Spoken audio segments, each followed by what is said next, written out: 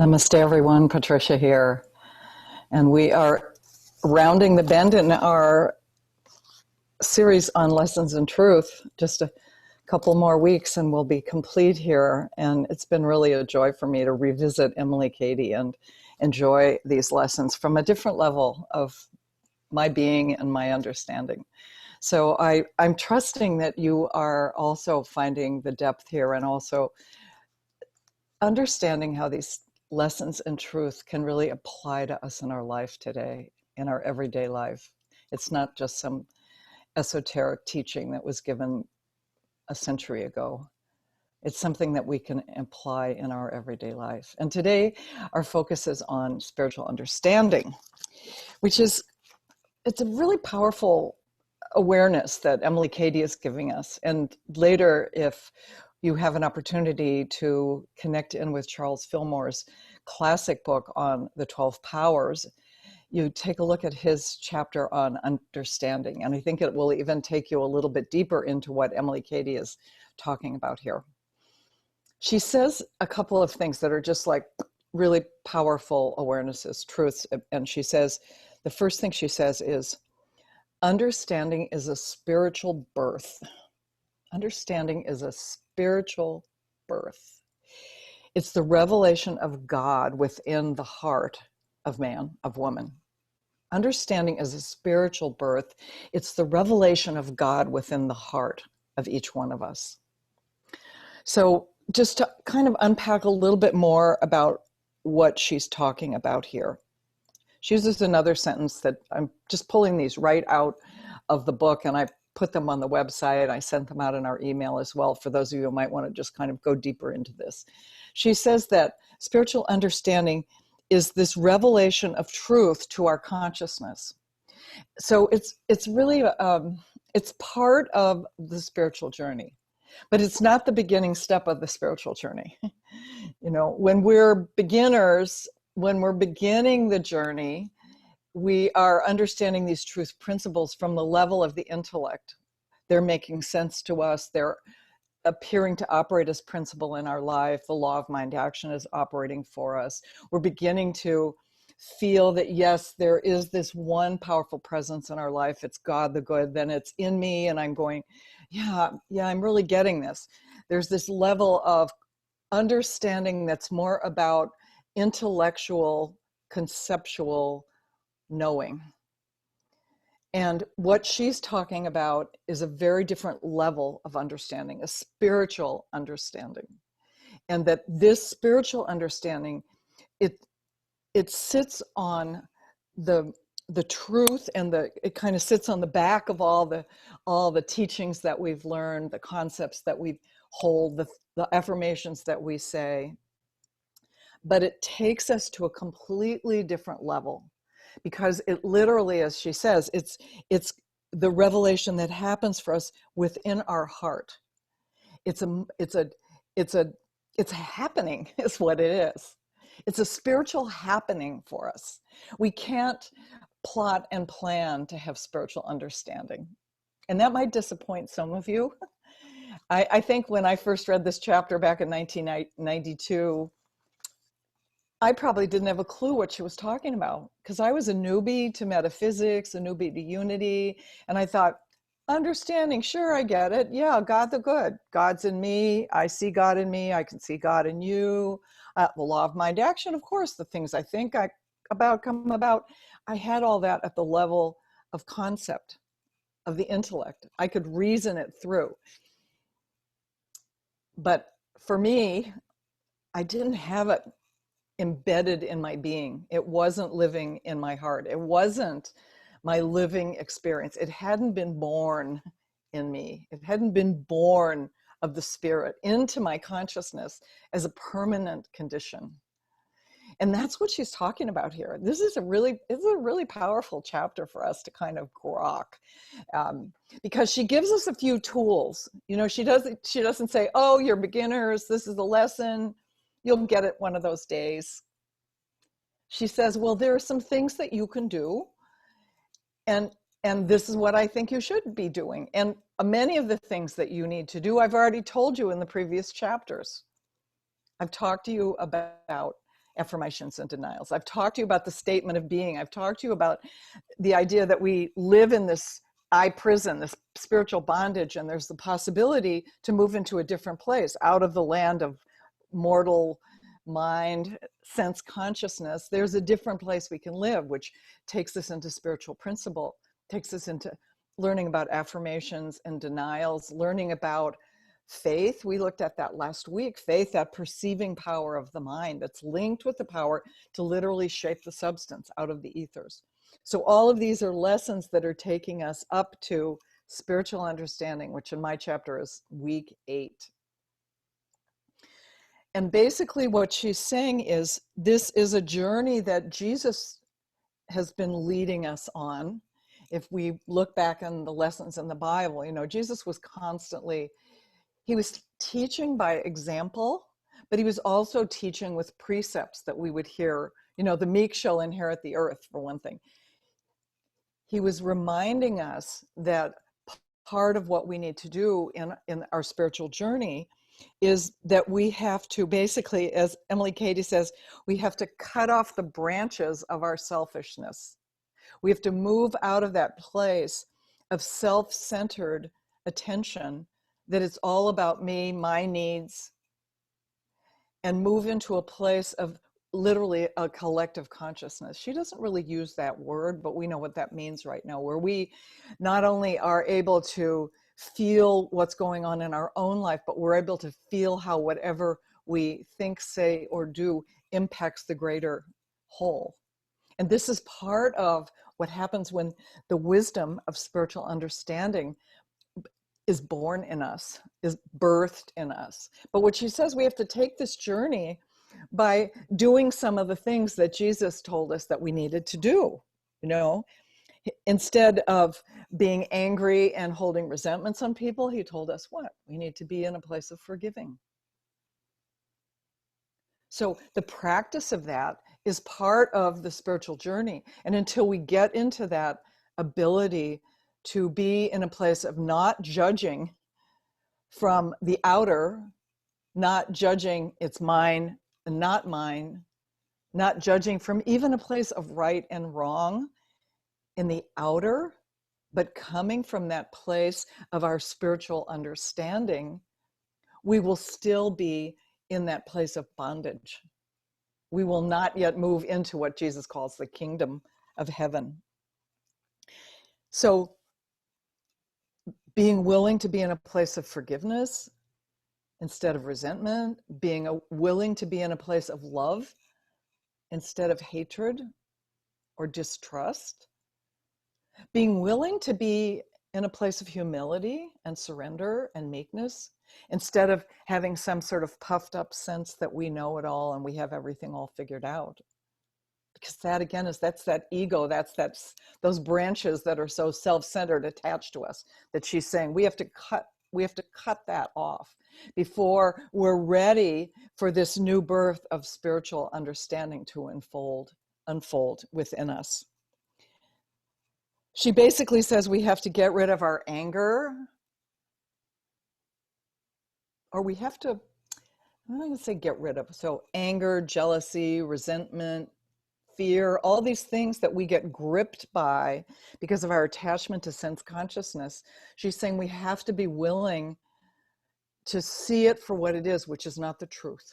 We have to be really in a place where we understand the truth of our being, the truth of the God nature that is our nature as well. And when we come to that place where we're holding that fully inside, it moves through, in and through us in our heart, and this spiritual birth, this new birth of spiritual understanding unfolds. There's something I wanted to read here because I thought it was really good. It's in paragraph 6, if you have your book. She says, all the teachings of Jesus were for the purpose of leading people into this consciousness of their oneness with the Father. He had to begin at the external man, because people then, as now, were living mostly in external things. And he had to teach man to love his enemy, to do good to others, and so forth. These were external steps for them to take, a sort of lopping off of the ends of the branches. But they were steps that led up onto the place of desire and attainment, where finally the master said, I have yet many things to say unto you, but you cannot bear them now. How many times did we hear Jesus say that? Oh, you're not quite ready for it. Let's do this, but you're not quite ready for it. But then just before he leaves, he says, these things that I do, more will you do. Because he knows that on this journey, there is this new birth, this birth in consciousness, which is the awakening of our spiritual understanding. It's the awakening to the Christ consciousness. So there are a lot of interesting things in this chapter. One of the things he says, this new birth into the consciousness of our spiritual faculties, which are all the 12 powers. And then we're going to look next week at spiritual gifts, which will be another piece for us to really explore. This new birth into the consciousness of our spiritual faculties and possibilities is indeed like the wind that bloweth where it will, and thou hearest the voice thereof, but knowest not whence it cometh and whither it goeth. So is everyone that is born of the Spirit. The new birth takes place in the silence and in the invisible. And see, this is again one of those metaphysical wonders, because we can't make it happen. It's a happening for us. We can do all of our footwork. We can read our daily word. We can do our meditations. We can take our prayers to the divine. We can ask, seek, knock. We can be in that place of forgiveness, in that place of meek, surrendered. We can be in that place of connecting to others from a place of love and not judgment. All of these things we can do. We can let go of our attachment to the sense consciousness in the outer, thinking that it's only people, places, and things that are important in our life, and begin to tune ourselves inward. But like she says in this one little chapter, you don't know when it's going to come upon you. You don't know. It's like the wind. It's just going to appear. This new birth, again, it's a happening. So very powerful, a happening. So there are a couple of really interesting biblical connections with this that I think many of you who've been in Unity for a long time are probably aware of. But I think it's important just to realize and to kind of understand, because even though they're biblical and we take them from the metaphysical level and say, hey, that's me, it's a transition that's really important for us to understand. So Jesus and John the Baptist were cousins, and John the Baptist came first. He was there and he basically baptized Jesus. So metaphysically, what this is all about is that John the Baptist represents that part of us, that intellectual, the smart part of us, the part of us that can reason and decide and that can see the truth and understand the truth. But that's as far as John the Baptist goes. That's as far as the intellect goes. We have to be baptized by the Holy Spirit, like Jesus was baptized by John, by the intellect, baptized by the Holy Spirit. And then remember what happened to Jesus, because this is where I think we can say, oh yeah, I've been there. In fact, many of us have been there multiple times. Jesus went into the wilderness and was tempted multiple times. And I think this is part of the journey for all of us. We think we are understanding, we're on the spiritual journey, where things are coming along, we have a divine idea, or we feel a certain connection to a person, and we feel like, this is it. I'm done. And then all of a sudden, we're hit by that wilderness experience, where my friend always called it second force, where it comes at us kind of like a freight train and knocks us off our pins. We don't know what hit us. We thought we were doing so well, but something came and knocked us out of that place of feeling so great, feeling like we had it all together. How many times have we had that? The temptation, and Jesus and the temptation, talk about the devil. The devil is just that adverse energy that's going to pull you away, that wants to pull you back to the ego, pull you back to people, places, and things, pull you back to things that give you pleasure in your life, pull you back. Not that the spiritual life isn't pleasurable, because I'm going to say it's the most beautiful, most wonderful experience that I've ever had, hopefully for you too. But there's so many times that we can get kind of pulled off track. Some random thought or some person that we know, that we love, wants to just pull us away from what we're doing. And that's the wilderness experience that Jesus went through. You know, he was tempted over and over and over again, tempted to perform miracles. He didn't do it. He stayed the course because he'd had this birth experience. And sometimes that's what has to happen for us. We have to just allow ourselves to be, kind of go through the process, that the divine process, which for some of us can be very disconcerting. You know, for me, it felt like a divine discontent sometimes. But this is part of the process of awakening into this new birth of spiritual understanding. And once it happens for us, there's a deep and a powerful knowing that's there. And we don't have to trust somebody else's idea of how God works in our life. We don't have to go about reading a lot of books. In fact, Emilie Cady's like, stop reading. Stop searching. You know, when you get to this place where you're unfolding into the powerful presence and your spiritual understanding of who you are, and the God presence in the heart is there, you don't need to be looking outside anymore, because it's all within you. Remember Solomon. Remember the story of Solomon. It's interesting because I was looking at it again. I had forgotten that this was a dream that Solomon had. Solomon had a dream that God came to him, and God, this is what he said, God came to Solomon, and Solomon said this to God: ask what I shall give thee. Solomon said, give thy servant therefore an understanding heart to judge thy people, that I may discern between good and evil. And God was pleased that that was what Solomon wanted. Solomon was a king, but all he wanted was an understanding heart. He wasn't asking for an army. He wasn't asking for riches. He wasn't asking for anything in the outer.